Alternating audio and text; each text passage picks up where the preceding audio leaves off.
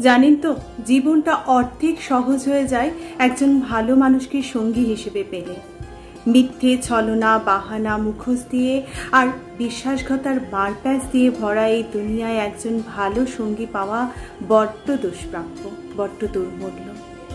চার দেওয়ালের ভিতরে লাল নীল সংসারটা যাত্রার সাথে টিকিয়ে রাখা যায় না, জানেন। জীবনটা তছনছ হয়ে যায়। শেষ বয়সে গিয়ে মানুষটার রূপের অহংকার থাকে না, অর্থের অহংকার থাকে না, প্রাপ্তির অহংকার থাকে না, সফলতার অহংকার থাকে না।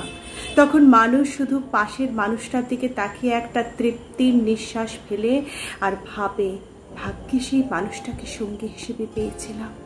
আমি মনে করি মানুষ যতটা অন্যান্য সফলতাকে, প্রাপ্তিকে উদযাপন করে, তার থেকে অনেক বেশি উদযাপন হলো একজন সঠিক মানুষকে জীবনসঙ্গী হিসেবে পাওয়ার ব্যাপারটা।